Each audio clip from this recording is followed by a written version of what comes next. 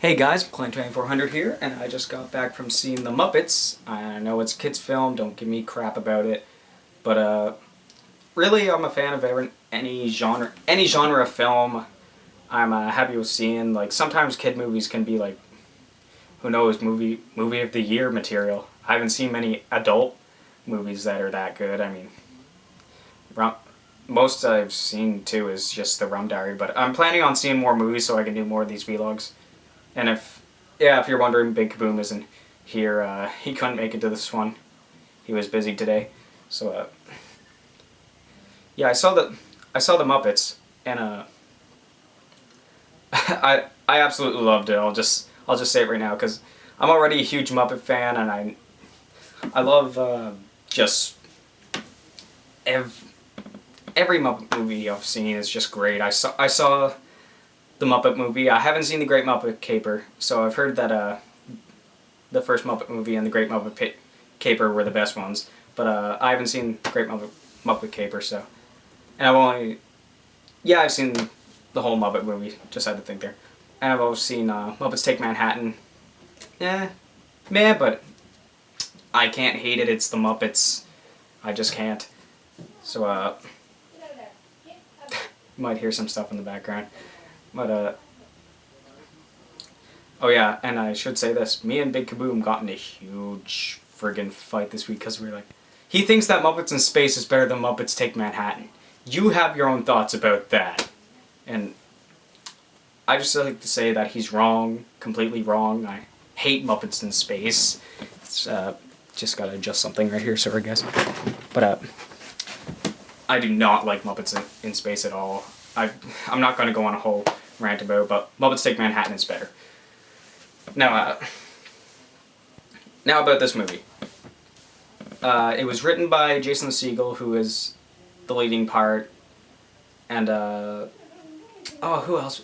I mean, I gotta say he was in it first, because there was a whole lot of celebrity cameos, and that's a part of the Muppets thing. I mean, when you think of the Muppets, what do you think? Celebrity cameos, fourth wall jokes, and musical numbers. And you have all of those and more. I mean, it's fantastic. So you got, in this movie, you got Jack Black, Sarah Silverman, Dave Grohl, who was lead singer of the Foo Fighters. You got they got Mickey Rooney in there somehow. I didn't even know he was still around, really.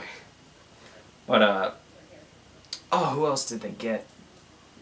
They got, like, a few people from The Office. I mean, I can't remember her name right now, but, dark hair, kind of darker chick kind of came in later in The Office. I don't know, maybe season 3, maybe. I don't know, but, she's in there. She's, leader of some company, like a production company or something. Well, actually, yeah, I'll just tell you the story first. Sorry, I'm a little awkward. Usually I have some support right here.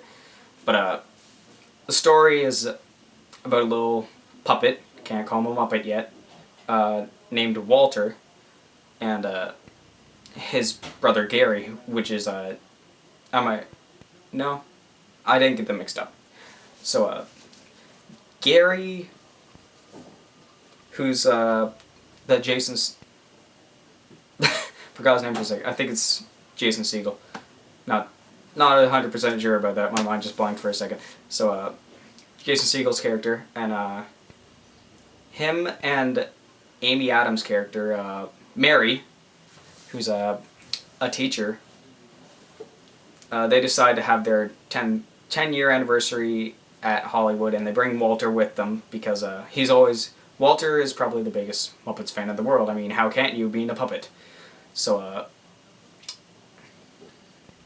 they go there and they go to the old Muppet studio, and it's all worn down, and like,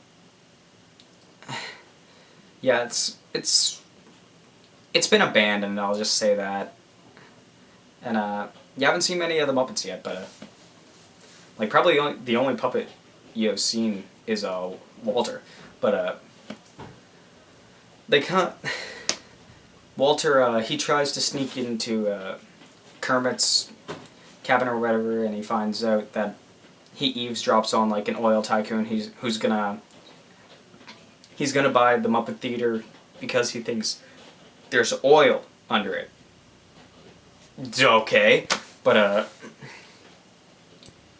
so the contract that he signs, the rich and famous contract, that's literally what it's called, but he signs it, and the only way that the Muppets can get the property back is if they pay $10 million. So Walter hears this, and obviously he flips. Yeah, I'll just say he panicked. I was gonna say flip shit, but I'll keep it PG. It's a Muppet movie. So he has a freak out, and he says, we gotta find Kermit. We gotta tell him about this. So, well, they do. They go and find Kermit, and it's funny when Kermit arrives, because you know the Muppets and their fourth world jokes. He's standing there, and there's like the heavenly light behind him, and they got the choir going, oh, and then you see like a bus go by, and it's got like the choir in it, and the light was being made by the bus. Like little fourth wall jokes like that, I just love, and that's why I love the Muppets so much. So Kermit finds out, and he says, well, let's get the gang back together. Horrible Kermit impression for you. He says, let's get the gang back there. So they do, like in the first movie, they have a road trip. And no, they don't play Moving Right Along. I was wishing they would, because it's a road trip. So they get all the gang back together, except for Miss Piggy, who's, for some reason, has made a life in France. It's kind of strange. But, yeah, I don't really know how that worked.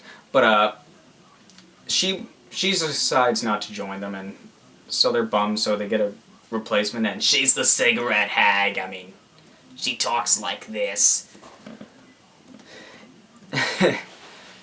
So they start the telethon, and they try to find production companies to help them out, like give them the money for it, and they all decline. But then, actually, I should just stop right there, because you already know the story. The Muppets are trying to get back the theater, so just get back together like old times. So they get. I feel like I'm not giving this movie justice, actually. But they buy it.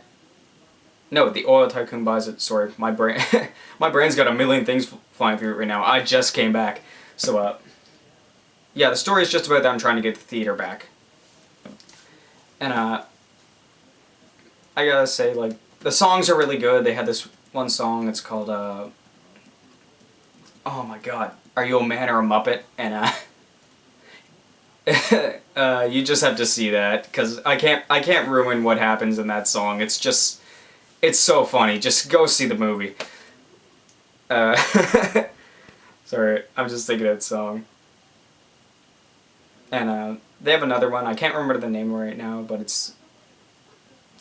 I wish I could, because they had it running all through the movie, and it's a really good song. It's really good. But you also hear Rainbow Connection in there, and you got like nostalgia just flying back at you. If you've like watched the first Muppet movie, or if you've even seen the Muppets before, just hearing the Rainbow Connection again is it's just great. But